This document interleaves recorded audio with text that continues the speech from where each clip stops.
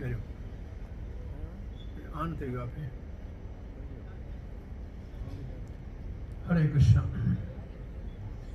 गुरवे गौरचंद्राय राधिकाय तदालय कृष्णाय कृष्ण भक्ताय तद्भक्ताय नमो नमः। सब हाथ जोड़ के प्रार्थना में भाग लीजिए। ओम नमो भगवते वासुदेवाय। ओम नमो भगवते वासुदेवाय।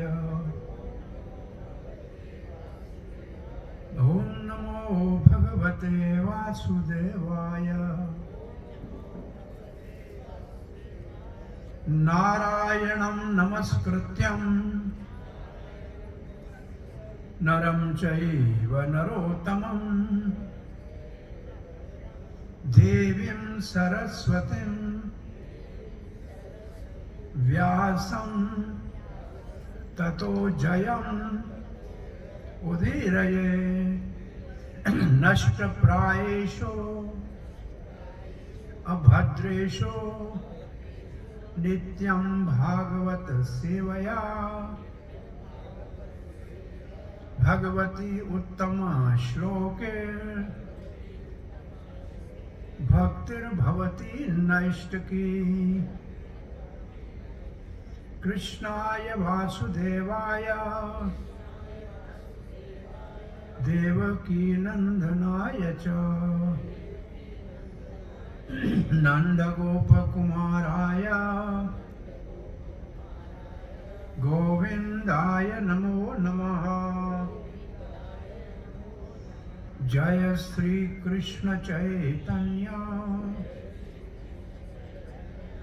प्रभु नित्यानंद श्री अद्वैत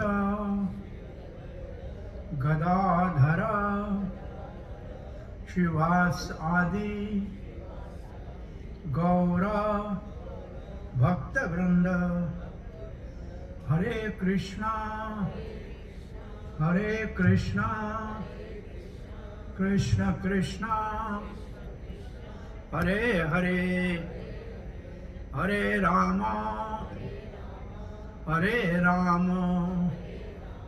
राम राम हरे हरे। अंतर्राष्ट्रीय कृष्ण भावना अमृत संघ संस्थापक आचार्य श्री कृष्ण कृपा मूर्ति अभय शरणारविंद भक्ति वेदांत स्वामी श्री प्रभुपाद जी की अपार कृपा से श्रीमद् भागवत महापुराण जो भगवान श्री कृष्ण का वाणी के रूप में अवतार है, उसका यहाँ आज तीसरे दिन का जो सत्संग है उसमें आप सब भाग्यशाली भक्त पधारे हैं। आप सबका हार्दिक स्वागत करते हैं। और विशेष रूप से जो ये पूरा एक समिति बनी हुई है जो वार्षिक भागवत उत्सव करते हैं, इन सब महानुभावों का हृदय से आभार प्रकट करते हैं कि समाज के लिए अपने लिए भगवान की कृपा प्राप्त करके अपने जीवन को धन्य करने के लिए और अन्य श्रोताओं के मंगल के लिए ये वार्षिक उत्सव करते हैं। और सविता देवी और बलदेव जी ठकुराल का ये निवास स्थान वृंदावन बन जाता है।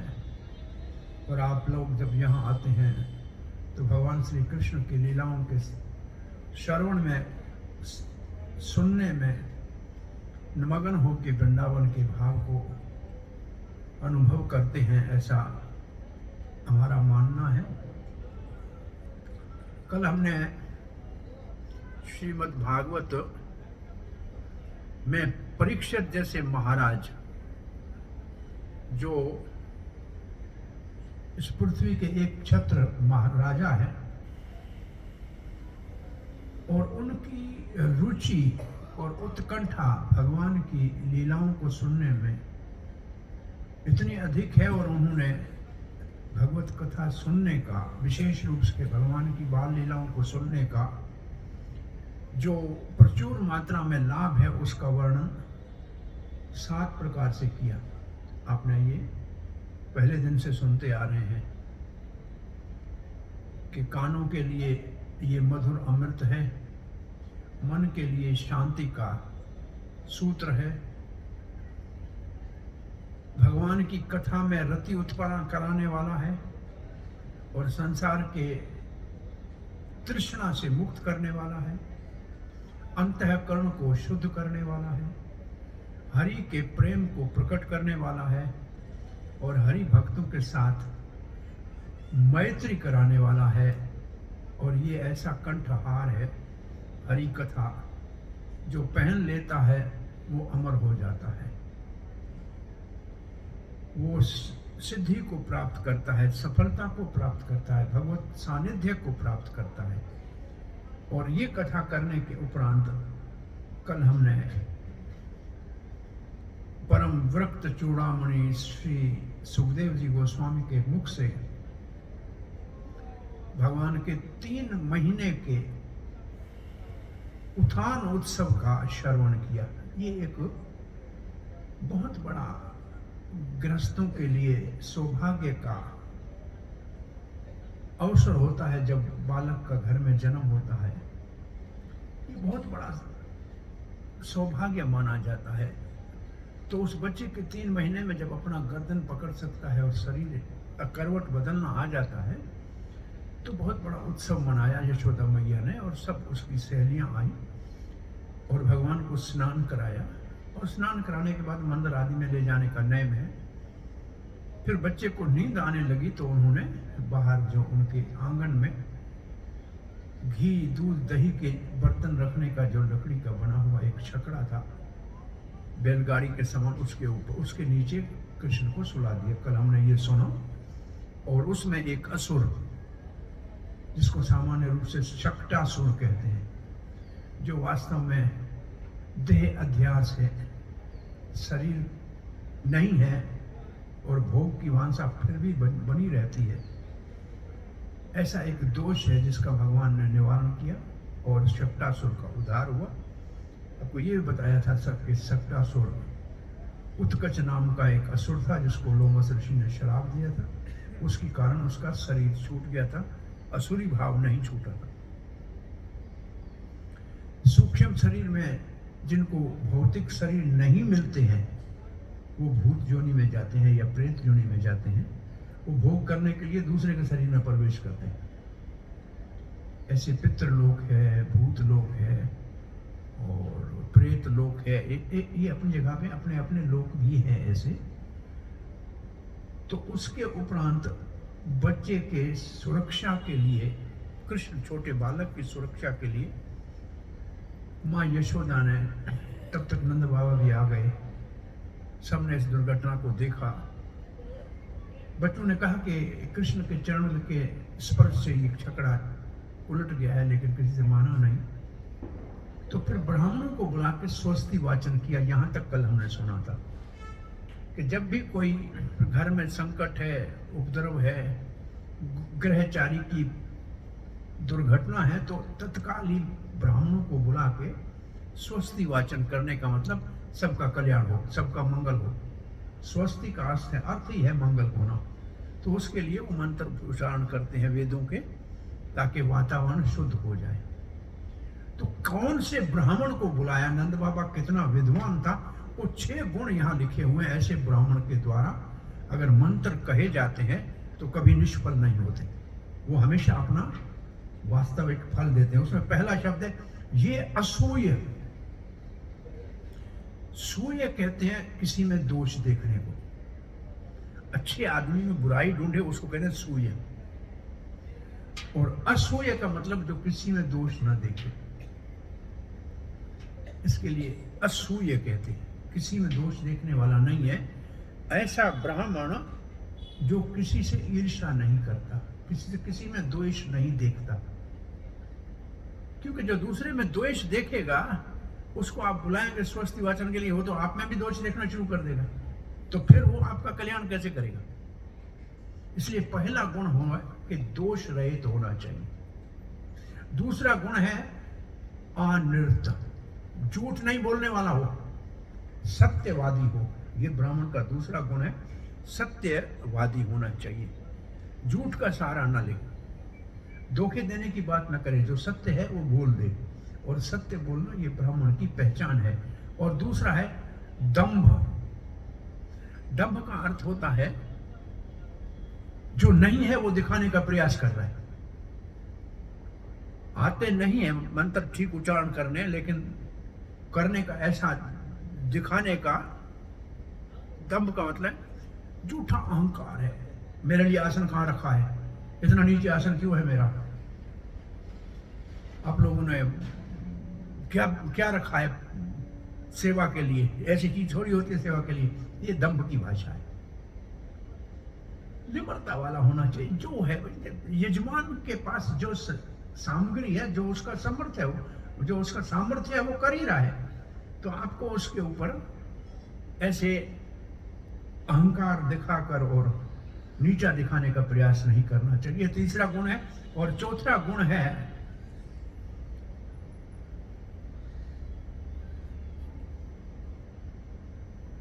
हिंसा।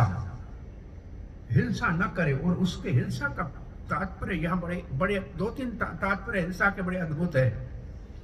हिंसा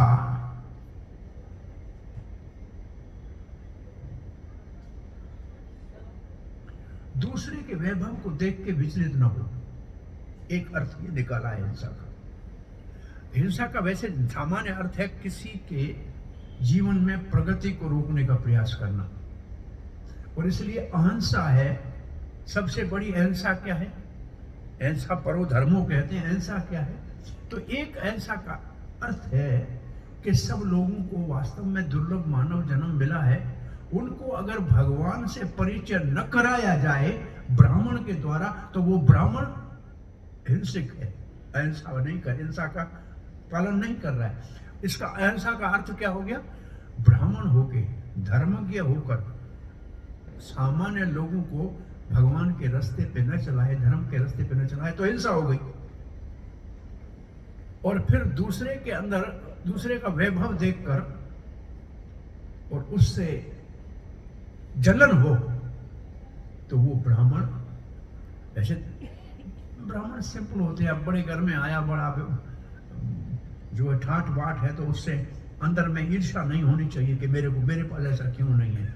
तो इसको कहते हैं संतोषी ब्राह्मण। कैसी भी परिस्थिति है उसमें संतोष करे, ये ब्राह्मण का लक्षण है।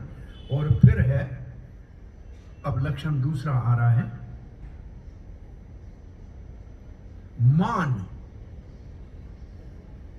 अपने मान के लिए अभिलाषा न रखे कि लोग मेरा मान करेंगे। मेरी लोग पूजा कर रहे हैं, मुझे मान दे रहे हैं क्योंकि मैं भगवान की सेवा में हूं। तो मान तो भगवान के लिए होना चाहिए ना। तो आप जो भी सम्मान दे रहे हैं साधु को, ब्राह्मण को, अगर वो अपने लिए मानता है तो मूर्ख है। ये भागवत का सम्मान है कि ऊपर बिठाया है, मेरा नहीं, भागवत का सम्मान है। तो ये ऐसे मान रहित होना चाहिए। पुराने जमाने में कहते हैं, जब यहाँ अंग्रेज का शासन था, जो यहाँ वायसरा आता था ना, उसको जो भेंट दी जाती थी वो विक्टोरिया रानी के लिए होती थी, उसके लिए नहीं होती थी। या हम जो है पटवारी को जो जमीन का पैसा देते उसके लिए नहीं, सरकार में जमा कराने के लिए। ऐसे साधु को, ब्राह्मण को जो मान लेता है, मिलता है, वो भगवान को अर्पण करने के लिए, क्योंकि भगवान की कृपा से मिल रहा है। वो अपना मान मानेगा तो अभिमानी हो जाएगा। तो मान रहित ब्राह्मण होना चाहिए, और विवर्जित, इन सबसे जो मुक्त हो, ऐसा ब्राह्मण हो, ऐसे गुण वाला हो।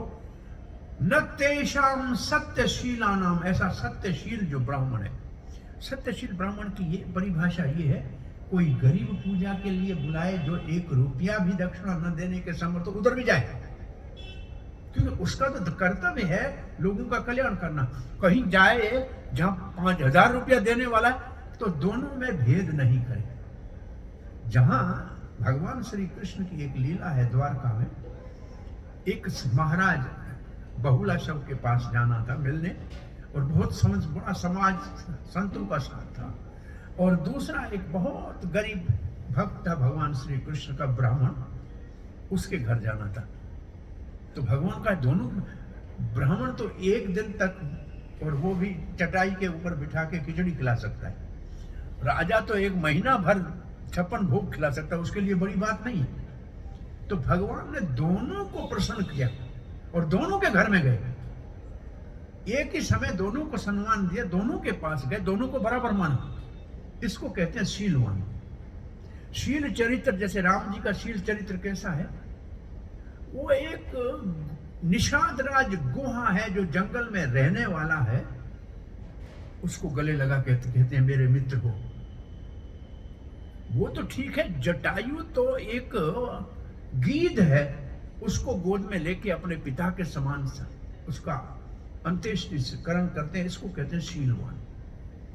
तो शील चरित्र वाला ब्राह्मण होना चाहिए, समान दृष्टि से सबके हित के लिए कार्य करे। ऐसा नहीं कि जहां ज्यादा लाभ है वहां जाएंगे, लोभी नहीं होना चाहिए। इसका अर्थ ये ब्राह्मण संतोषी होना चाहिए। अरे ब्राह्मण की परिभाषा तो ऐसी शास्त्र में लिखी है, कोई ब्राह्मण को भोजन के लिए सामग्री देने के लिए आया तो उसने अपनी पत्नी से पूछा, अपने पास कल के लिए सामग्री है खाने की? पत्नी ने कहा हाँ पतिदेव, कल हमारे घर में चूल्हा जलेगा। उसको कहा बेटा किसी और को दे दो, हमारे घर में कल तक का सामान है। वो दूसरे ब्राह्मण के घर में गया, ये सामान लाया। उसने तो अपनी पत्नी से पूछा, ब्राह्मणी आज शाम तक अपने पास व्यवस्था है? बोला हाँ जी, शाम को भगवान को भोग लग जाएगा। बोला चूल्हा जल जाएगा तो हमें आवश्यकता नहीं है, जिसको जरूरत है उसको जाके दो। तो इसको कहते हैं शीलवान ब्राह्मण, लोभी नहीं, लालची नहीं है। और कहते हैं आशीषो विफला, ऐसे ब्राह्मण की आशीष कभी निष्फल नहीं जाती है, उसकी वाक सिद्धि हो जाती है, वो जो कहता है वो हो जाता है। इसका अर्थ है कि जब ब्राह्मण आशीर्वाद देता है कि आयुष्मान भव, आयुष्मान भव इसका मतलब आपकी आयु बढ़े, इस पुत्रवती भव, किसी सुहागन को कहे पुत्रवती भव तो उसके घर में पुत्र का जन्म हो। सौभाग्यवती भव तो आपका सुहाग सदा रहे। तो ये आशीर्वाद ब्राह्मण का तभी फलीभूत होता है जब उसके अंदर ये गुण हो। और महाराज नंद महाराज ऐसे ब्राह्मणों को बुलाया था, यहां लिखा है इति बालकम आदाय सामर्ग यजु उपाह कृतहि। अपने बच्चे के हित के लिए, बालक अपने बालक के हित के लिए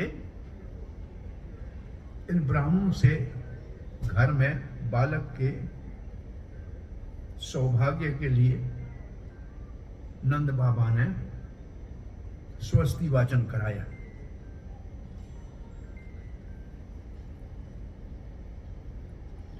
और ब्राह्मणों को भोजन कराया, उनको उपहार दिए। नंद गोप समाहित, सारे इकट्ठे जो थे नंद गोप के साथ। हुत्वाचा अग्नि, उसके बाद यज्ञ करके, भाई जो हमारा छकड़ा भी टूट गया था तो भगवान इसको पुनः ऐसी दुर्घटना न हो उसकी पूजा भी कराई।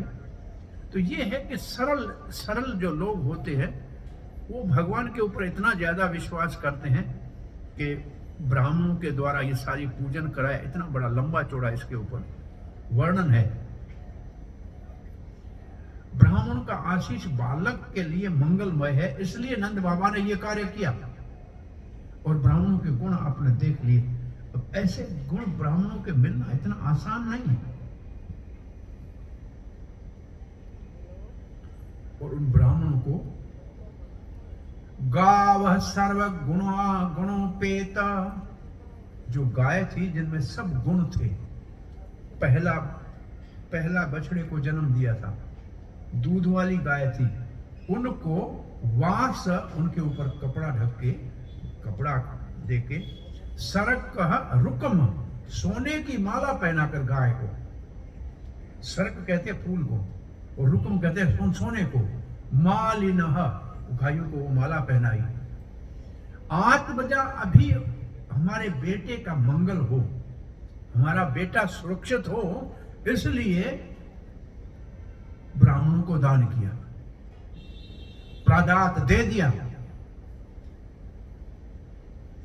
और ब्राह्मणों ने उसको स्वीकार किया। ये बहुत बड़ी बात है। आप किसी को दो और सामने वाला ले भी तो सही ना। कुछ अयाचक ब्राह्मण होते, कुछ मांगते नहीं है कभी। ब्राह्मणों में अयाचक ब्राह्मण सबसे महान माना जाता है।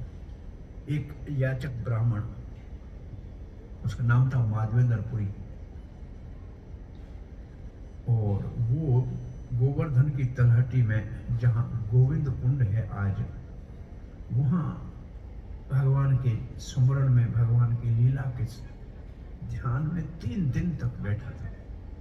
3 दिन 3 रात गुजर गई, कहीं मांगने नहीं गई। तो चौथे दिन सुबह एक छोटा सा 7 वर्ष का बच्चा बर्तन में दूध लेकर आया और कहा, बाबा आपने 3 दिन से खाया नहीं है, हमारी मैया ने गाय का दूध आपके लिए भेजा है, आप ये पा लीजिए, हम फिर बर्तन लेने आएंगे। बच्चा बड़ा सुंदर था, सांवला सलोना, वो लोटा रख के चला गया। महात्मा ने कहा, आपको कैसे पता लगा हमने नहीं खाया है? बोला, आप किसी घर मांगने तो गए नहीं, और किसी ने आपको घर में भोजन के लिए बुलाया भी नहीं। जब कोई मांगने जाता है ब्राह्मण, तो उसको कहते हैं मधुकरी करना। मधुकरी का अर्थ है जैसे मधुमक्खी जाती है ना, किसी फूल से थोड़ा सा रस लेके आती है, फूल को नाश नहीं करती है। ऐसे ब्राह्मण ज्यादा से ज्यादा 5 घरों में जाएगा, अगर आधी रोटी मिली, नहीं मिली तो बस, और उसके बाद कहीं किसी के घर में जाए, उसका ये धर्म नहीं है, नहीं मिला तो उपवास करेंगे। ज्यादा से ज्यादा 3 से 5 घर तक मधुकरी करने जाना चाहिए साधु को। वो भी 5 मिनट में हो जाए, 15 मिनट में खा लिया, और उसके बाद अपने भगवान के सुमरण में लग गए। या कोई घर में बुलाए भोजन के लिए, तो उसको कहते हैं भिक्षा करना। भिक्षा करना मतलब किसी के घर में जाके भोजन करना। ऐसे कोई अपने घर में बुलाता है, उसको भिक्षा करना है। बोला, आप तो न कहीं भिक्षा करने गए, नहीं कहीं आप मधुकरी करने गए। तो बोला, आपको कैसे पता लगा? बोला, ये हमारी घर से माता पानी भरने यहाँ आती है, 3 दिन से आपको यहीं बैठा हुआ देखा है। वो दूध का लोटा रख के गया, बाबा ने दूध पिया। बोला, ऐसा अमृत मैंने कभी जीवन में पिया नहीं है। ये बालक था कौन? थोड़ी देर के लिए जैसे आंख में झपकी लगी, तो वही बालक खड़ा है सोपन में, कह रहा है, ये जो गोवर्धन के अंदर आगे बड़े पत्थरों और झाड़ियों के बीच में मुसलमानों के शासन के भय से मेरे को पुजारी ने छुपा के रखा है। आपकी सेवा के लिए मैं प्रतीक्षा कर रहा था, आप मुझे यहां से निकालिए। बाबा उठे और गांव वालों को बुलाया कि आप कुल्हाड़ी ले आओ, फावड़ा लाओ, इसको हटाओ।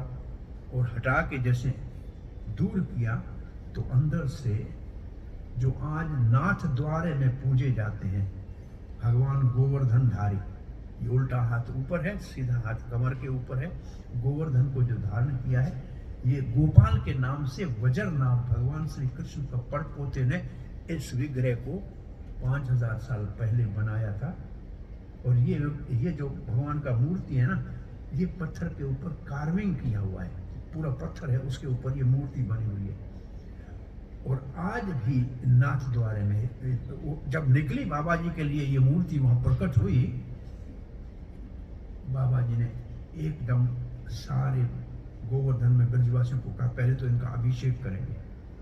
तो दूध, दही, जो हनी, मधु और ऐसे पंचामृत से अभिषेक किया।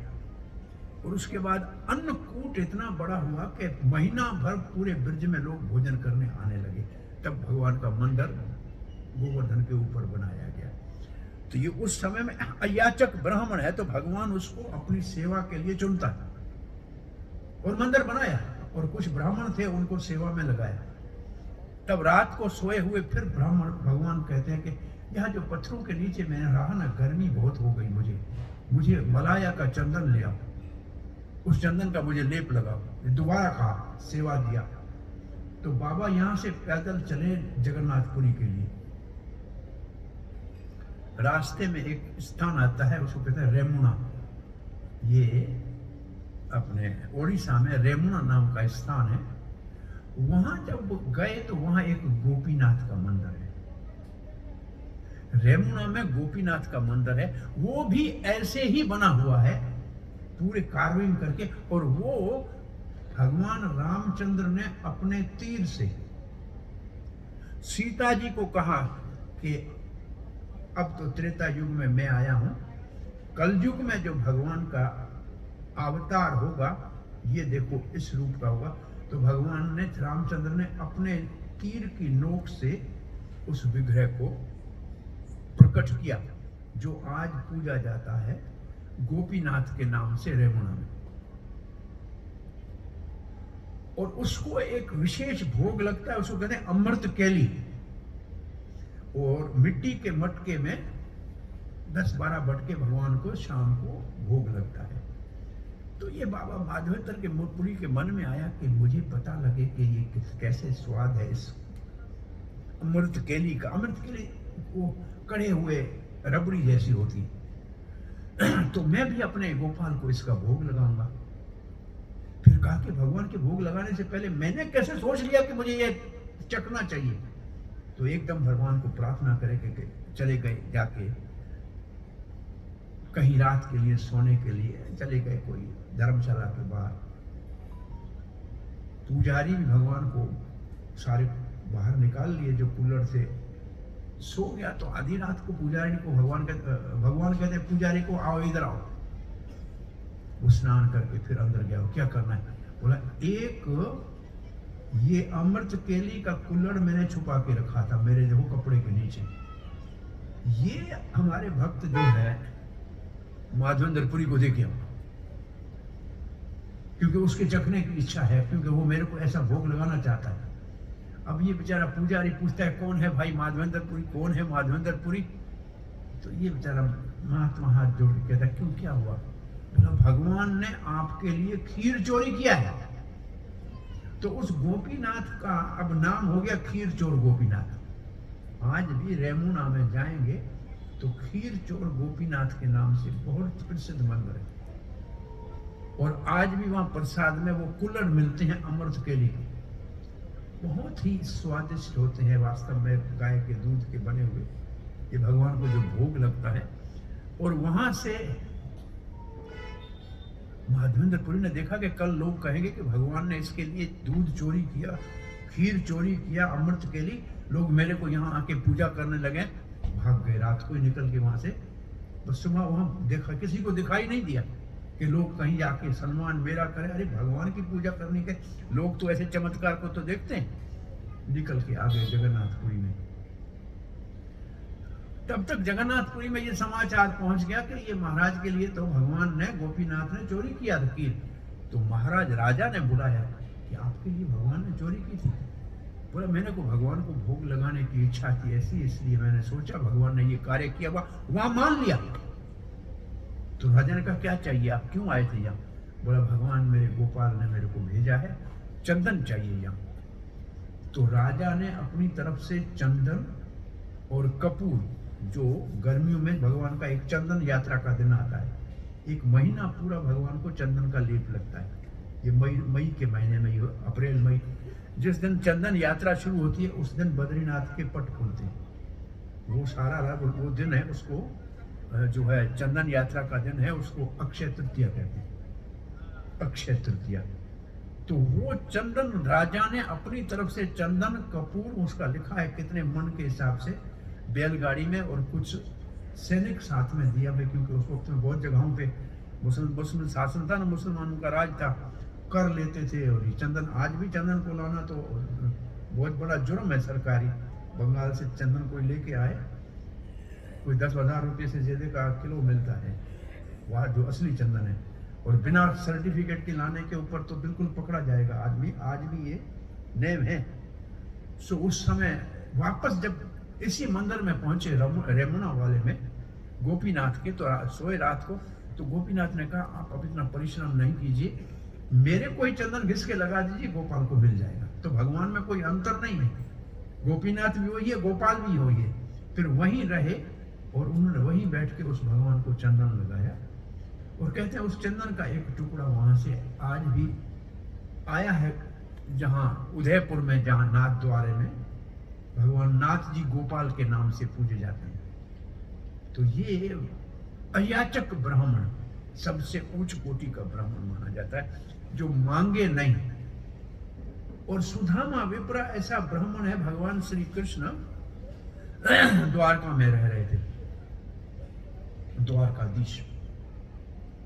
उनका सहपाठी उज्जैन में, अवंतिका में, सांदीपनि मुनि के आश्रम में सहपाठी कृष्ण का था सुदामा। और दोनों साथ में गुरुजी के लिए लकड़ियां लेने गए थे। रात को बरसात आ गई थी। गुरुजी ने आशीर्वाद दिया था कि आप, मेरी विद्या सदा आपकी सहायता करेगी। गुरु दक्षिणा में श्री कृष्ण ने सांदीपनि मुनि के मरे हुए बेटे को यमलोक से वापस लाके दिया था। 64 दिन में भगवान ने 64 विद्याएं पढ़ के पूरी कर दी थी। और जब द्वारकाधीश भगवान बने तो ये जो सुदामा विप्र था, ये पोरबंदर में रहता था। इसका घर पोरबंदर में है।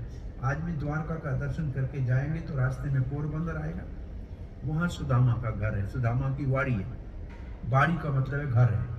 तो सुदामा विप्र की पत्नी ने कहा कि हम तो ब्राह्मण मांगे नहीं जाता। सुदामा अयाचक ब्राह्मण था, जो मिल जाए अपने आप भगवान की इच्छा से उसी में निर्वाह करना। मिल गया तो खा लेंगे, नहीं मिलवा तो उपवास करेंगे।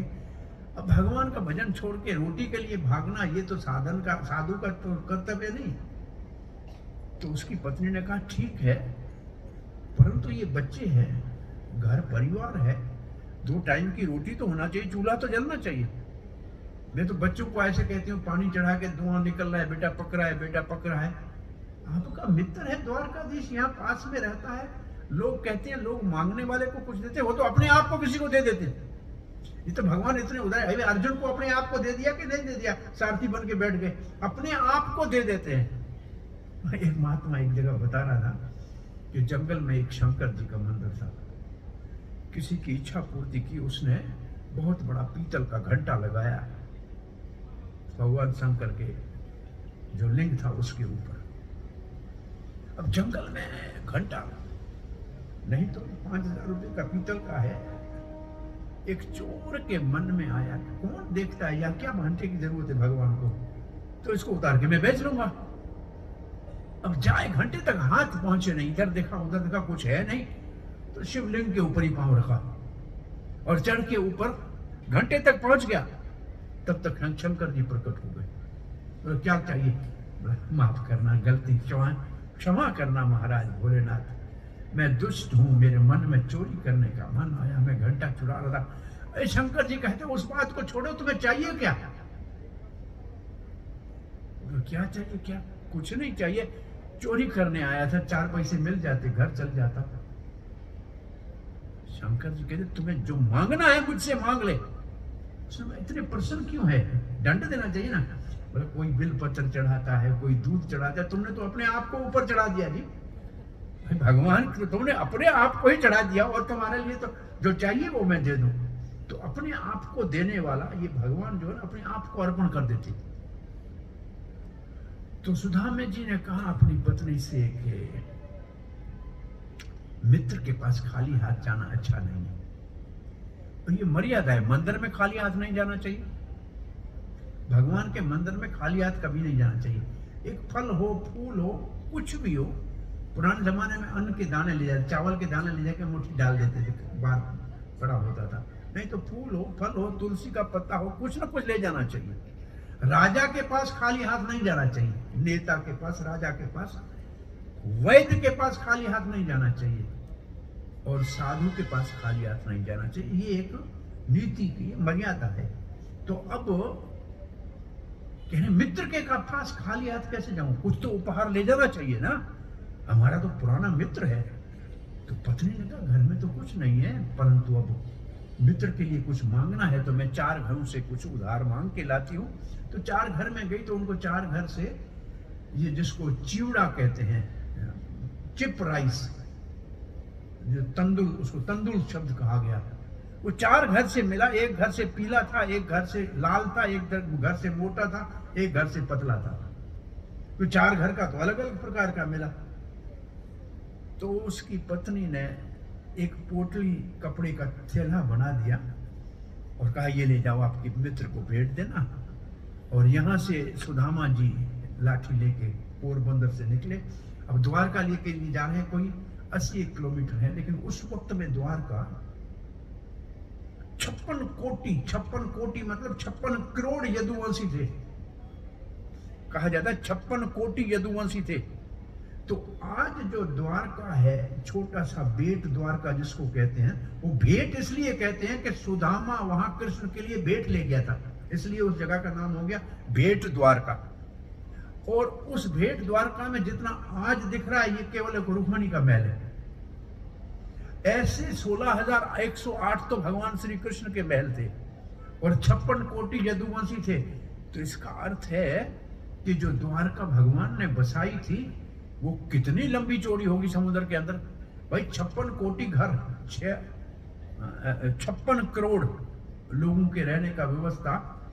तो हमने उसको देखा एक नजर से कि इस पोरबंदर से आगे माधवपुर जगह आती है, बिल्कुल समुद्र के किनारे है। छोड़िया समुद्र की जाएंगी और नारियल के पानी वाले वहां बैठे हैं। अब जाएंगे कभी उस रूट से सोमनाथ तो माधवपुर आता है। वो माधवपुर में रुक्मणी और कृष्ण का विवाह हुआ है। तो समुद्र में वहां तक सारे महल थे भगवान के, वो है तकरीबन 100 किलोमीटर, 125 किलोमीटर। और द्वारका जो आज है यहां से 65 किलोमीटर। अगर हम अहमदाबाद की ओर आएंगे तो वहां पिंडारक तीर्थ है, और उस पिंडारक तीर्थ तक यदुवंशियों के घर। तो 165 स्क्वायर किलोमीटर में समझ लो। वैसे तो 100 योजन लिखा है। द्वारका 100 योजन भगवान ने वैकुंठ से धरती को नीचे उतारा था। एक सूर्य वंश के राजा शर्याति के पुत्र आनर्त के लिए, इसलिए द्वारका का पुराना नाम है आनर्त देश, आनर्त देश या कुश स्थली। परंतु एक बार गोपियों को भगवान ने वहां बुलाया और रात को योग माया गोपियों को वहां लाई। सुबह उठ के वो कहते हैं द्वार कहाँ है, द्वार कहाँ है, द्वार कहाँ है, मतलब दरवाजा कहाँ है, दरवाजा कहाँ है, दरवाजा कहाँ है। तो आनर्त देश का नाम द्वारका ऐसे हो गया। तो द्वारका नाम ही ऐसे हो गया। द्वार कहाँ है, द्वार कहाँ है, द्वार कहाँ है। जैसे हम जाते हैं यहाँ से वृंदावन, कोसी आता है बीच में, तो वो शब्द है को असी, कौन है यहाँ, कौन है। वो कोकिल वन में कृष्ण क्या कोकिल की आवाज में बोलते थे और बुलाते थे गोपियों को, राजा रानी को। तो कोकिल वन में आवाज आए तो कृष्ण कहता को आसी, कौन है, और उसका नाम कोसी हो गया। तो जितने नाम है ब्रज में, ये भगवान की लीला के स्थान है। तो वहां द्वारका तक सुदामा चल के गया तो समुद्र है। तो समुद्र, तब तो समुद्र भगवान ने, अभी तो पुरातत्व विभाग ने देखा है कि पुराना द्वारका अभी भी समुद्र के अंदर दिख रहा है। उसमें से एक महल अभी प्रकट है जिसको बेट द्वारका कहते हैं, जहां जाते हैं तो दर्शन करते हैं, वो रुक्मणी का महल था। तो वहां तक सुदामा जी पहुंचे। ब्राह्मण को किसी के घर में, राजा के घर में जाने में रोक नहीं होती थी, क्योंकि ऐसे ब्राह्मण जो थे वो सब पूजने होते थे और किसी भी घर में कभी भी जा सकते, कोई रोकने वाला नहीं था। तो द्वारपाल जो खड़े थे उन्होंने पूछा, महाराज पधारिए, कहाँ जाना है। बोला मेरा मित्र है कृष्ण, उससे मिलना है। तो द्वारपाल दौड़ते हुए गए, कहा कि श्री कृष्ण द्वारकाधीश, बाहर एक ब्राह्मण है, पांव में जूता नहीं है, सर के ऊपर पगड़ी नहीं है, नाम अपना सुदामा बता रहा है और आपका मित्र बता रहा है। इतना क्या सुनना, भगवान जो रुक्मणी के पलंग के ऊपर विराजमान थे वहां से बिना चप्पल पहने दौड़े और गेट के ऊपर जाके आलिंगन करके कहा, अरे मित्र, इतनी देर लगा क्या आने में। और अपने साथ लेकर रुक्मणी के पलंग के ऊपर विराजमान किया। भगवान क्षत्रिय है, एक ब्राह्मण का सम्मान कैसे करना है ये मर्यादा सिखा रहे हैं। और रुक्मणी के पलंग के ऊपर बिठाया है ब्राह्मण को, और चरण धोने के लिए रुक्मणी जो लक्ष्मी है वो सोने की झाड़ी में पानी लाई है और उससे चरण धुलाया, फिर भोजन कराया, स्नान आदि किया। रात को आपस में दोनों मित्रों ने बातें की। दूसरे दिन सुबह हुआ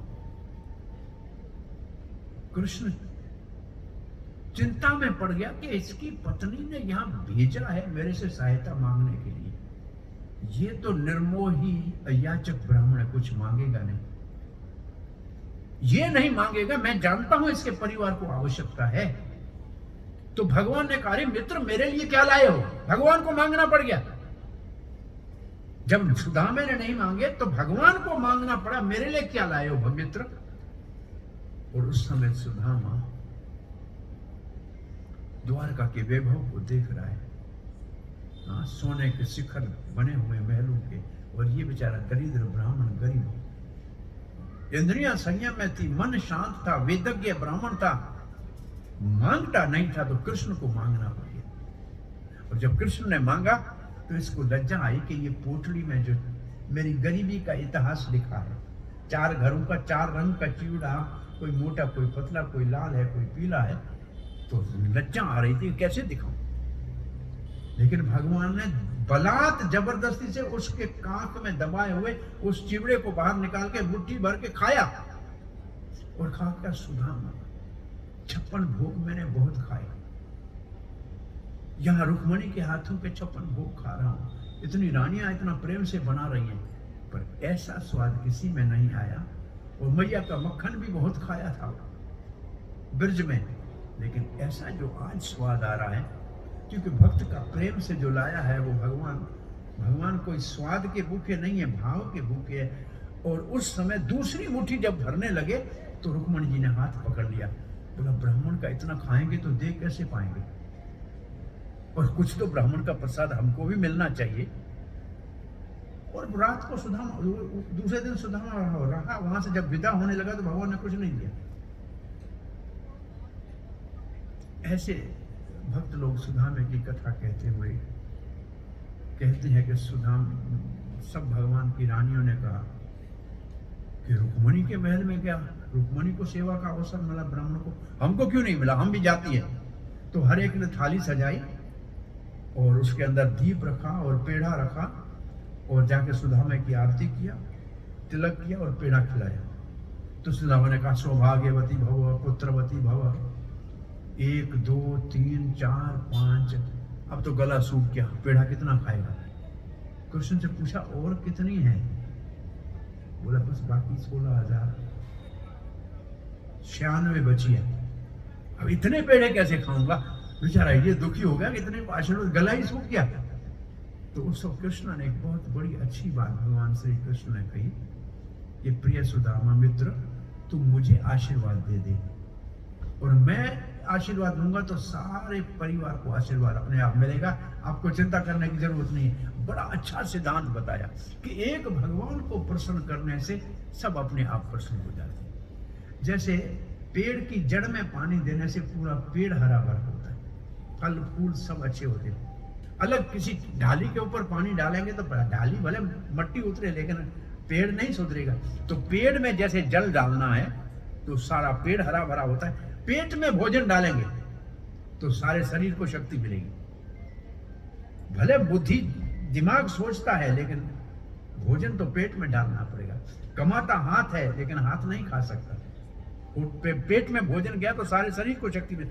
ऐसे एक भगवान के पूजन करने से सारा संसार संपन्न संतुष्ट हो जाता है, सबका पेट भर जाता है। ये तो बहुत प्रसिद्ध आपने कहानी सुनी होगी कि पांडव, ये जो दहली है, ये इसका नाम है इंद्रप्रस्थ, ये इंद्रप्रस्थ था। और अभी भी मेरठ से आगे हस्तिनापुर है, जो पांडवों की राजधानी थी हस्तिनापुर।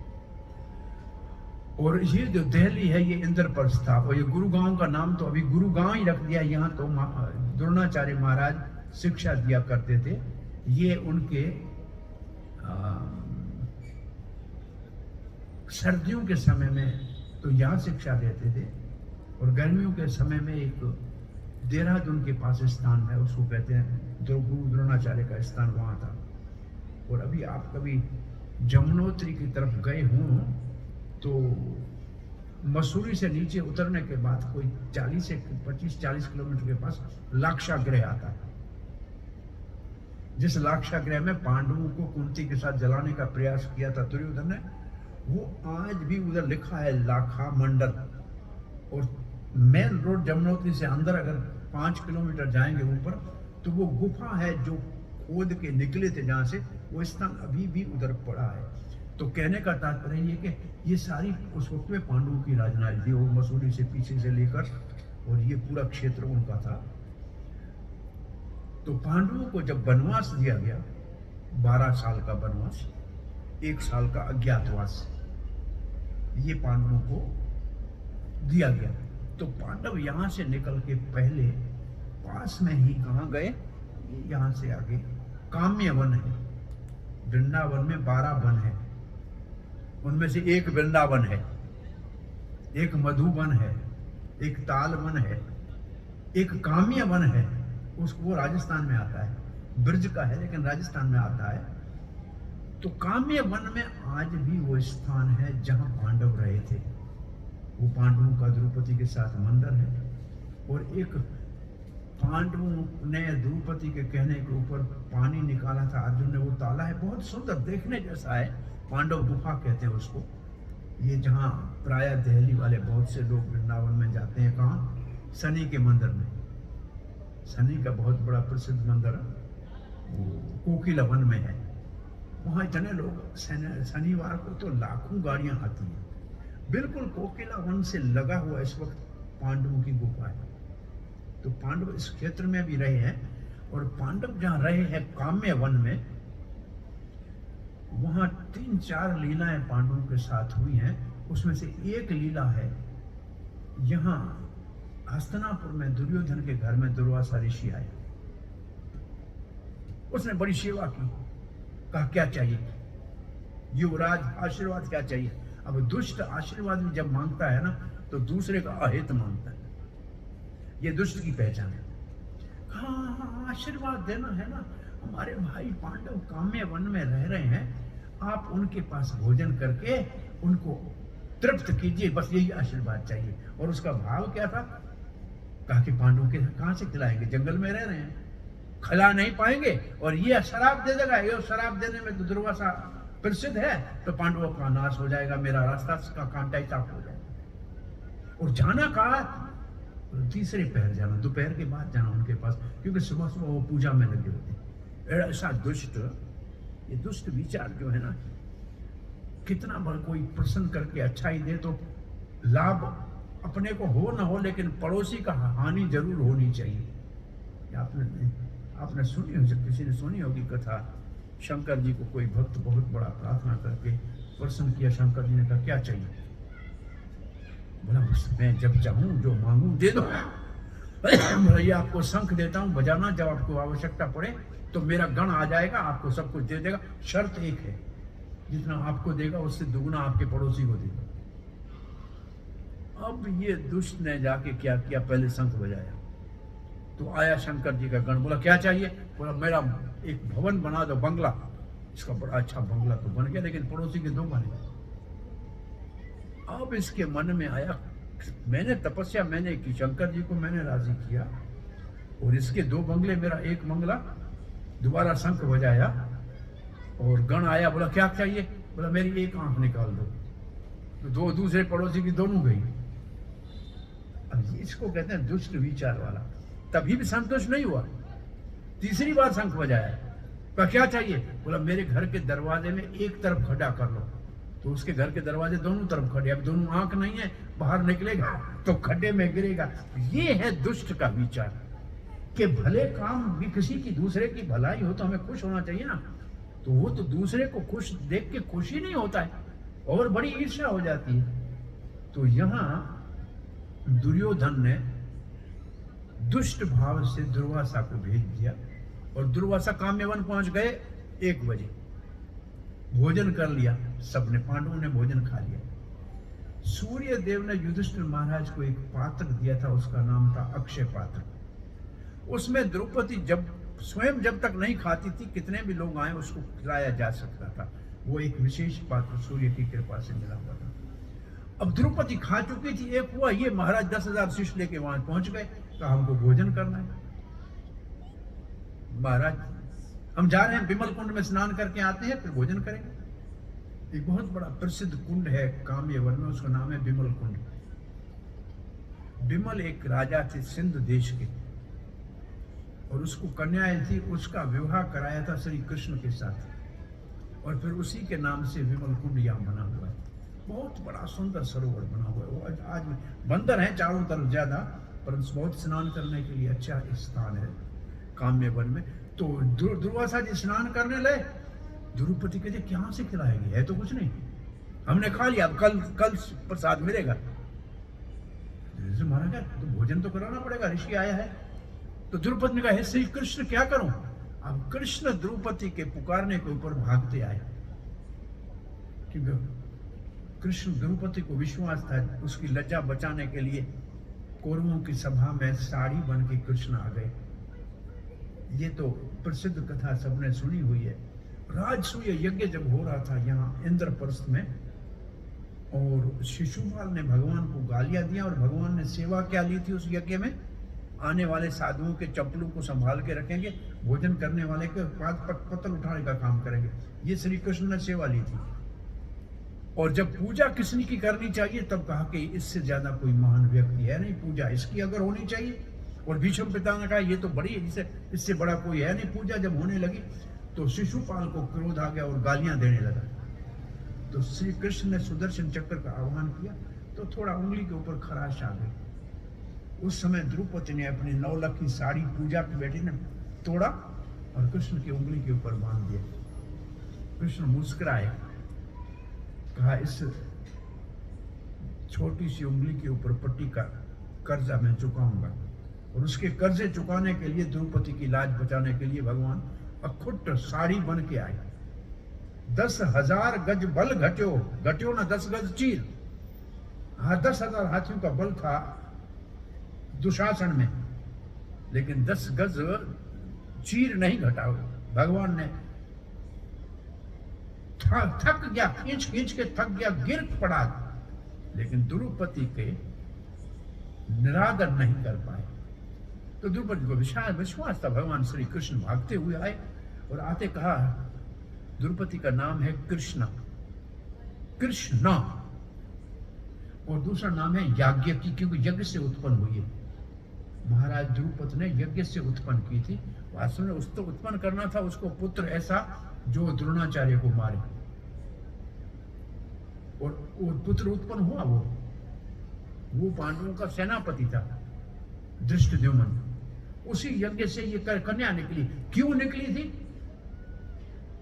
दुष्टों का संहार करने के लिए, सहायता करने के लिए। भगवान की लीला में भगवान धरती का भार उतारने आए थे ना, तो एक नारी के अपमान का बदला लेने के लिए कुरुक्षेत्र में इतना बड़ा युद्ध रचाया, इतना बड़ा युद्ध रचाया। उन सब दुष्टों को मार दिया जो द्रौपदी के इस अपमान को देख रहे थे या कुछ नहीं बोले थे। मैं ये कहीं बोल रहा था, रशिया में कहीं ये कथा, तो एक स्त्री के लिए, हाँ एक स्त्री सती है और उसका कोई अपमान करता है, तो भगवान एक को नहीं, कितनी अक्षोणी, 11 अक्षोणी सेना थी, केवल 3 व्यक्ति बचे थे, अश्वत्थामा, कृपाचार्य और कृतवर्मा, बस और कोई नहीं बचा। सब धूल में मिल गए, काल के गाल में चले गए। तो द्रौपदी ने कहा कृष्ण के कैसे, कृष्ण का दूसरी बात में पहले खाना मैंने को खिलाया, मैं बहुत भूखा हूं। द्रौपदी ने कहा पहले 10,000 भूखे आए, आप भी भूखे ही आए। अरे यहां समस्या भोजन खिलाने की है और आप कुछ भी बात मत करो। और आज मैंने खा लिया, देगरा धो के रख दिया, वो अक्षय पात्र, अब तो कुछ नहीं होगा। इधर ले तो आओ, क्या दिखलाऊं, धोके तो रखा, इधर लाओ। ले आई, वो क्या करना है? तो भगवान ने ढूंढ के देखा, इतना देख पालक का थोड़ा हरी सब्जी का पत्ता पड़ा था, चावल का थोड़ा दाना कोई अटका हुआ था। कृष्ण ने उठा कैसे कहा मैं तृप्त जगत तृप्त,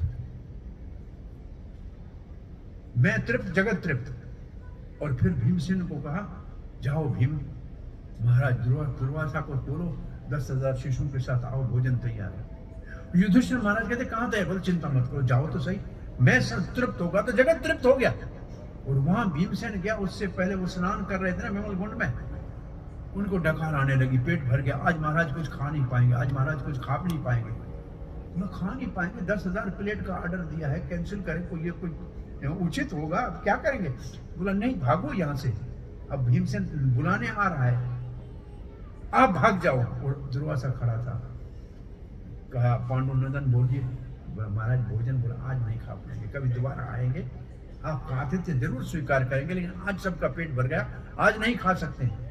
अब भीमसेन कहते महाराज भोजन तो करना पड़ेगा। तो भाई भोजन ब्राह्मण को खिलाया जाता है आशीर्वाद के लिए ना, तो हमें चाहिए वो आशीर्वाद हम देते हैं। पांडवों का 12 साल का वनवास सुख से गुजर जाएगा, 1 साल अज्ञातवास भी सफलता से हो जाएगा, आपको अपना राज मिल जाएगा, ये आपको आशीर्वाद है मेरा। क्योंकि पेट में जगह नहीं खाने की, आशीर्वाद को तो बोल के ज्यादा दे दिया। अब भीमसेन ने मौका देखा, बोला महाराज आपके आशीर्वाद बड़े अच्छे हैं, एक और आशीर्वाद चाहिए। बोला जो मांगना है मांगो, आज भोजन नहीं करेंगे। अब भीमसेन ने कहा मैं तो ज्यादा खाता हूँ, लोग मुझे कहते हैं परिवार में आधा मैं खाता हूँ, आधा भाई और माँ खाते हैं, तो मेरा नाम ही है बिरकोधर। भाई खाएगा ज्यादा तो सोच भी ज्यादा जाएगा ना, फिर चाहिए क्या? अब भीमसेन समझ गया दुर्योधन की तरह कि यहाँ भेजने में, ये इस वक्त भेजा है, ये काम मामा शकुनी का है। ये मामा शकुनी अफगानिस्तान से पहला आतंकवादी भारत में आया। ये पहला आतंकवादी है जो अफगानिस्तान से भारत में आया था, भारत का नाश करने के लिए। विनाश कराया महाभारत के कुरुक्षेत्र युद्ध में, उसका मुख्य कारण था ये शकुनी। इसका पिता शकुनी का महाराज सबल, उसके पांव, उसके हड्डियों के पांसे बना के लाया था। बोला इसी से जुआ करके और इसी से मैं, मेरी बहन को धृतराष्ट्र के साथ विवाह करने के लिए भीष्म मांगने आया, भीष्म पितामह, उससे तो लड़ नहीं सकते थे, उस सूरदास के साथ मेरी बहन का विवाह करा दिया, मैं उसका बदला लूंगा, इसलिए वो साथ में दहेज में आया था, और ये काम शकुनी का है। तो भीमसेन ने कहा आज मौका है, मैं एक वरदान ले लेता हूँ। क्या चाहिए वरदान? बोला महाराज एक आशीर्वाद दो, खाऊं मैं, सोच जाए शकुनी। दुर्वासा ने कहा तथा तू जाओ। अब हंसने की बात सिर्फ ये है, भीमसेन वापस आया, बोला महाराज वो तो कोई नहीं आया, सबका पेट भर गया। तो कृष्ण हंसने लगे, मुस्कुराने लगे कि भाई एक मैं संतुष्ट और जगत संतुष्ट। बात ये कर रहे थे कि पेट में भोजन डालने से सारा शरीर संतुष्ट हो जाता है, जड़ में पानी देने से पूरा वृक्ष हरा भरा हो जाता है, ऐसे एक भगवान को संतुष्ट करने से जगत संतुष्ट हो जाता है। और एक कृष्ण ने एक पत्ता खाया तो दुर्वासा 10,000 शिशुओं के साथ तृप्त हो गया। अब कृष्ण जाने लगे तो भीमसेन का भैया रुको, हम तो वन में रहते, जंगल शहर में जा नहीं सकते, अब एक काम करो, आशीर्वाद बहुत अच्छा दिया है गुरुजी ने। बोला क्या आशीर्वाद मांगा? बोला बाकी सब अच्छा आशीर्वाद दे दिया, एक मैंने मांग लिया। बोला क्या? बोला खाऊं मैं, सोच जाए शकुनी। भगवान हंसने लगे, फिर करूं क्या? बोला अब जुलाब की गोलियां बाजार से लाके मेरे को दे दो, आज मैं दबा के जुलाब लेके बैठा रहूंगा, शकुनी सारा दिन चलता रहेगा, ये मेरे को आज बड़ा आशीर्वाद मिला। सो हम कथा कर रहे थे, श्री कृष्ण भगवान सुदामा से मांगते हैं कि मेरे लिए क्या लाए हो। अयाचक ब्राह्मण की महिमा कर रहे हैं। यहाँ जो ब्राह्मण के गुण लिखे हैं, जो नंद बाबा के घर आए थे, वो मांगने वाले नहीं थे, और नंद बाबा दे इसलिए रहे थे कि मेरे बच्चे का हित हो। भाई बच्चा सबसे ज्यादा घर में है, सारा घर बेचना पड़े लेकिन बच्चे के स्वास्थ्य के लिए तो सब कुछ करने को तैयार होते हैं ना। तो इतने संकट आए ही क्यों? पहले ही बच्चे के लिए अच्छी जो है पूजा करा ली गई है, ये नंद बाबा पूजा करा रहे हैं कि इन बच्चे के ऊपर कोई संकट ना आए, क्योंकि बहुत संकट रोज आ रहे हैं। और एक बात बहुत बड़ी सीखने की ये भी है, भगवान के ऊपर इतने संकट आ रहे थे तो हम कौन से बाकी बोलिए कि हमारे ऊपर नहीं आए। इसका अर्थ है संसार में देखने में बाहर सबको ही संकट आते हैं, ये भगवान दिखाना चाह रहे हैं। भाई जेल में पैदा हुए, पैदा कहाँ हुए? जेल में, तो संकट ही था ना। रामचंद्र के पूरे जीवन को देख लो, स्कूल से पढ़ के आए तो 14 साल वनवास जाना पड़ा, वनवास से लौट के आए तो सीता का त्याग करना पड़ा। तो ये सब भगवान दिखा रहे हैं कि एक श्लोक ही है भागवत में कि भौतिक जगत के अंदर भगवान हमको सिखा रहे हैं कि संसार में संकट सबको आते हैं और इसलिए सहने के लिए आपको शक्ति होनी चाहिए। कहते साधु के संग से क्या लाभ होता है, हरि कथा सुनने से क्या लाभ होता है, हमारे सहने की शक्ति बढ़ जाती है। दुख नहीं समाप्त होते हैं, दुखों को सहने का शक्ति बढ़ जाता है, हमारा आत्मविश्वास बढ़ जाता है। अरे अकेले थोड़ी भगवान है ना, अरे ये समय भी बीत जाएगा।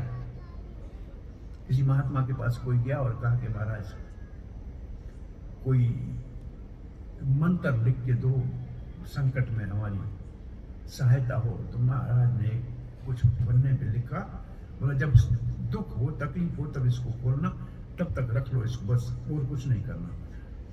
ये रख के बैठा हुआ था, बहुत बड़ा दुख का समय आया, संकट बढ़ गया। इसने पन्ना खोले, पढ़ा कि महाराज ने मंत्र क्या लिखा है। लिखा था ये भी गुजर जाएगा, ये भी गुजर जाएगा, रहने वाला नहीं। सुख स्वप्ना दुख बुदबुदा दोनों है मेहमान। सुख भी सपना है और दुख भी बुदबुदा है पानी का, दोनों है मेहमान, ये रहने वाले नहीं। आप रुकेंगे नहीं।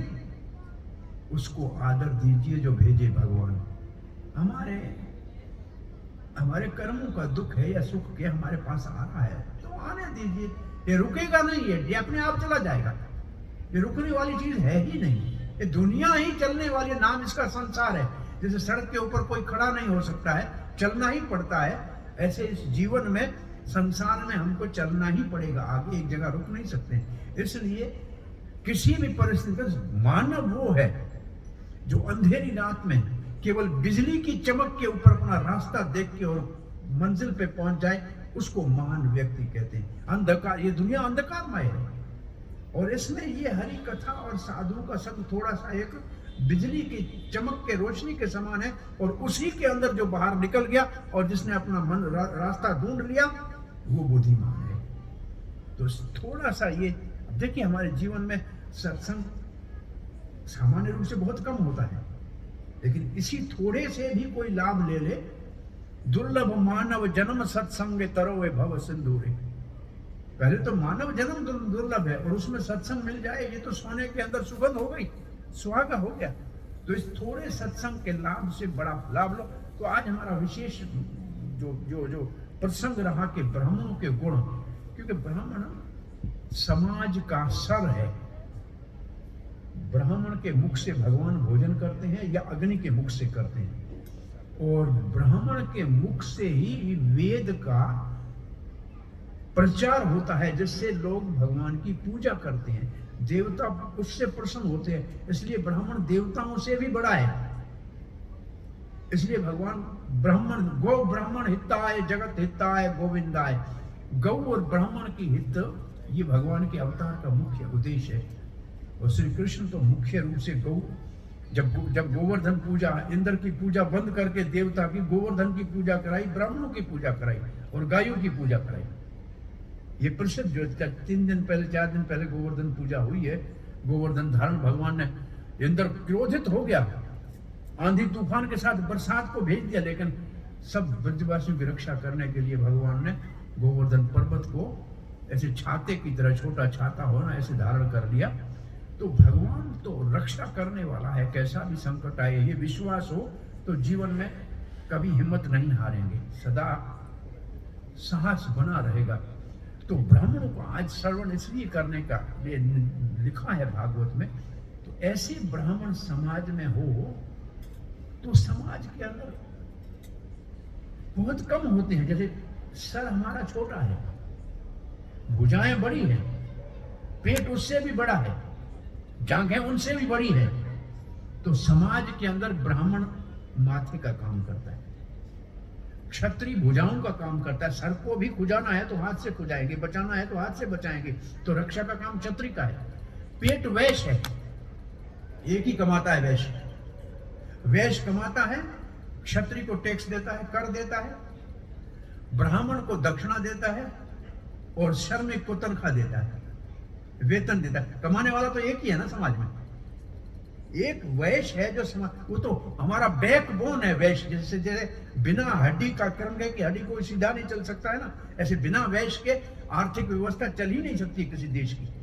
और ये वैश्य का काम है। और वैश्य गाय गौरक्ष वाणिज्यम गौरक्षा कृषि गौरक्षा वाणिज्यम, जमींदारी करे वो भी बेल से, क्योंकि गाय बीच में रखा है, और व्यापार करे वो भी गाय के माध्यम से, दूध दही का करे या अनाज का उत्पादन करे, और यही तो आजीविका है हमारी। तो ऐसे ब्राह्मण जो मार्गदर्शक है, प्रभुपाद जी रशिया में थे और कम्युनिस्ट का समय था, और एक प्रोफेसर कोटावस्की पूछ रहे थे आपके पास तो जाति पाति है, क्योंकि हमारे को अंग्रेजों ने बहुत बदनाम किया कि यहाँ तो बड़े लोग जो है ऊंच नीच का बड़ा भेद है, जाति पाति है। तो प्रभुपाद ने उनसे पूछा कि आपके पास यहाँ सेना है, रशिया में सेना है ना, बोला आपके पास प्रोफेसर है, स्कूल में पढ़ाने वाला है ना, तो आपके पास मजदूरी करने वाले लोग हैं, बोला बहुत हैं, व्यापारी हैं, बोला हैं। तो प्रभुपाद ने कहा यही वर्ण आश्रम का अर्थ है कि आपके पास सेना है वो क्षत्रिय है, आपके पास प्रोफेसर है जो शिक्षा देते हैं वो ब्राह्मण है, आपके पास जो जमींदारी करते हैं गाय पालते हैं वो वैश्य है, और जो मजदूरी करता है वो शूद्र है। इसका अर्थ ये है कि एक शरीर के अंदर तो चारों चीजों की जरूरत है, एक वैश्य ही कमाता है। ये बहुत बड़ी बात है। आप देख लीजिए आज भी सरकार को कर देने को बंद नहीं किया, कर तो दे ही रहा है, चाहे कैसे भी लेना थोड़ी सरकार छोड़ती नहीं। मजदूर अपना वेतन लेगा, छोड़ेगा नहीं, नहीं तो स्ट्राइक कर लेगा। ये दोनों तो दे ही रहे हैं, सब आप देख रहे हैं ना। तीसरा जो ब्राह्मण के लिए दान नहीं होता है, दान तो भिखारी को दिया जाता है, ब्राह्मणों को कहते हैं दक्षिणा। ये समाज के अंदर से बहुत कम हो गया, क्योंकि ऐसे ब्राह्मण नहीं है।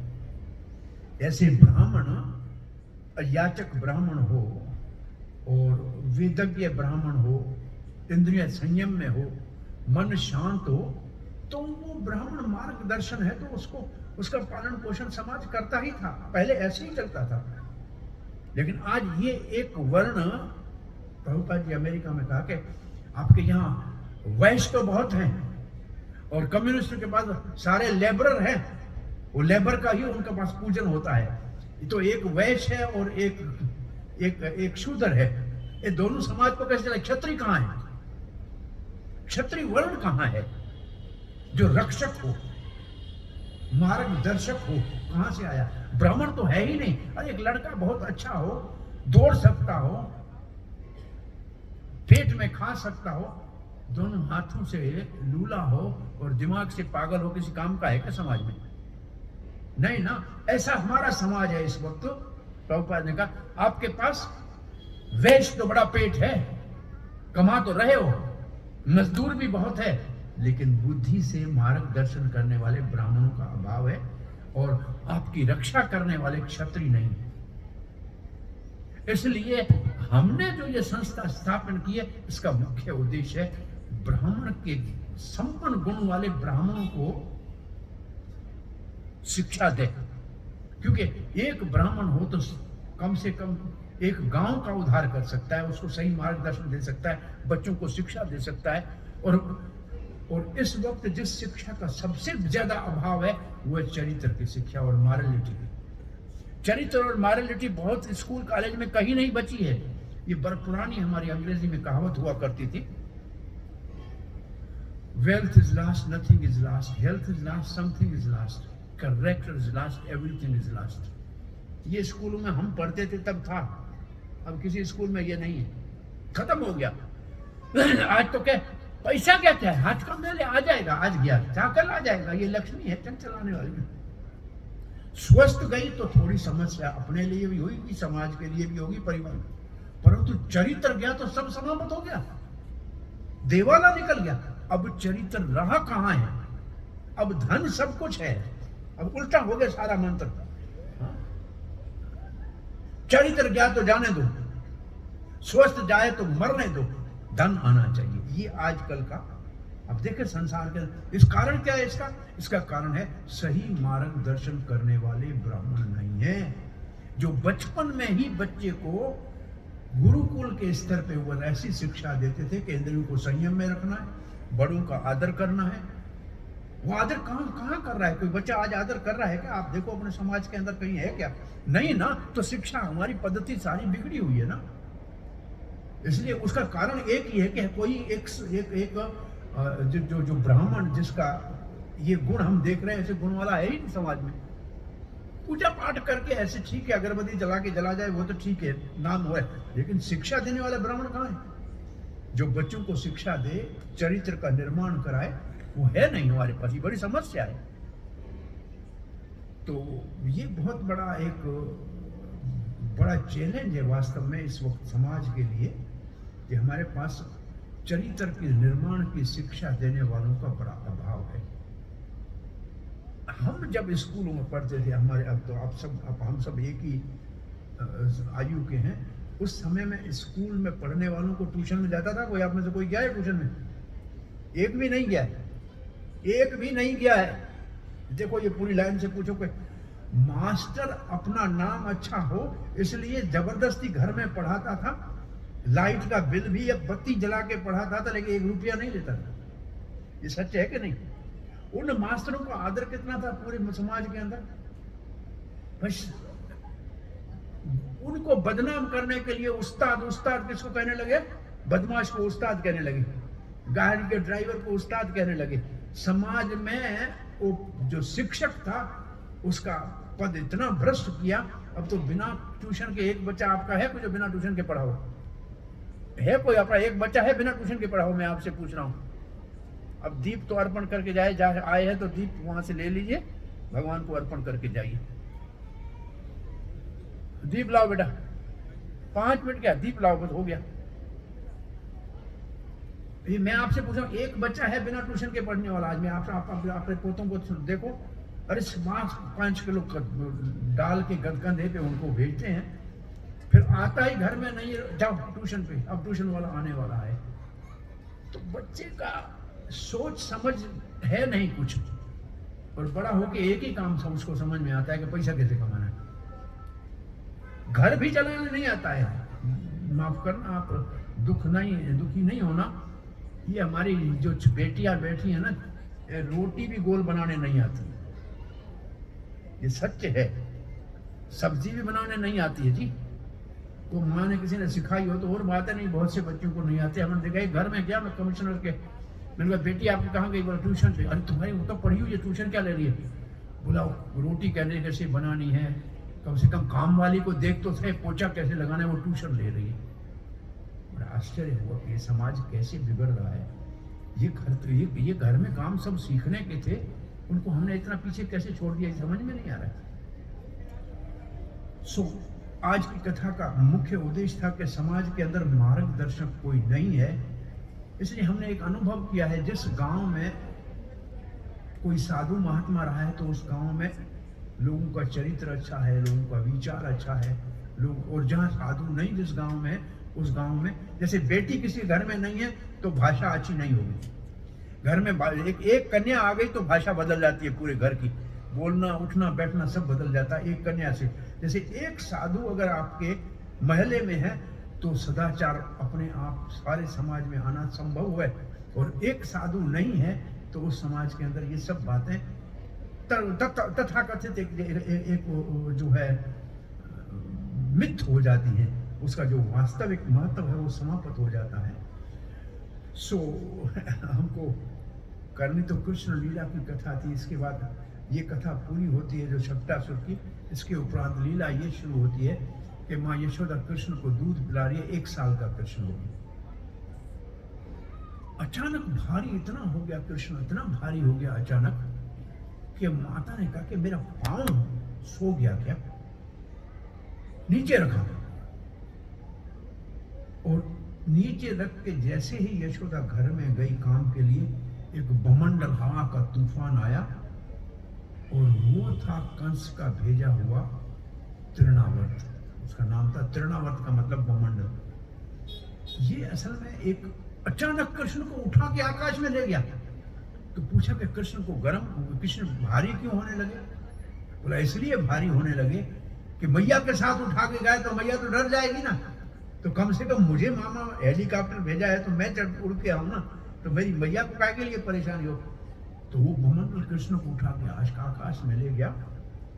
कृष्ण पहले नीचे देखे तो घर छोटे छोटे दिख रहे हैं, ऊपर आसमान से बड़ा अच्छा लगा कि मेरी मामा ने हेलीकॉप्टर भेजा है तो मैं आकाश में घूम लेता हूँ।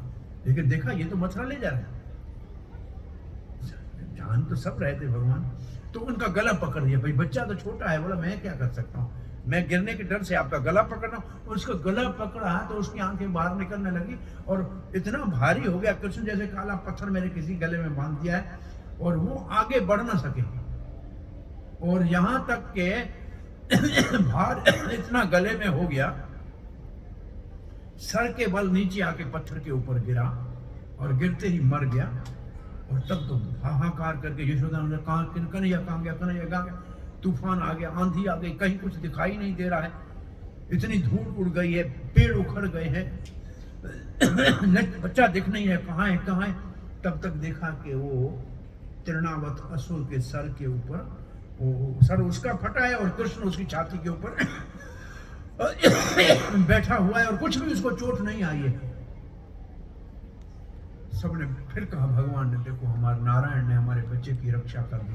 ब्राह्मणों को बुलाते हैं, फिर पूजा करते हैं। ये चरणावर्त एक काम का भाव है। काम का जब वेग आता है ना, अच्छे भले को उड़ा के ले जाता है, उसको फिर कुछ सूझबूझ नहीं रहती है।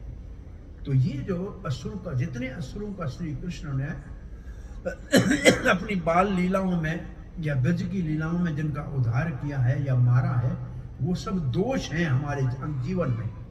उन दोषों का निवारण किया है। जैसे काम एक बहुत बड़ा भारी दोष है, वो आता कैसे तूफान की तरह आता है, और जिस वक्त आता है उस वक्त कुछ दिखाई नहीं देता, सब अंधकार हो जाता है और उड़ा के ऊपर ले जाता है और फिर ऊपर से ऐसे नीचे गिराता है कि आदमी पछताता है। ये काम का बहुत बड़ा भारी दोष है। उसके निवारण करने के लिए भगवान का स्मरण करना अति आवश्यक है। ये लीला पूरी होती है, इसके बाद गर्ग आचार्य भगवान के नामकरण संस्कार के लिए आते हैं। तो ये लीला मैं समझता हूँ। अब कथा को आगे करेंगे, अब गाएंगे। क्या सलाह है आपकी? मेरे घर में इनका यूनिवर्सिटी वालों को बुला लें।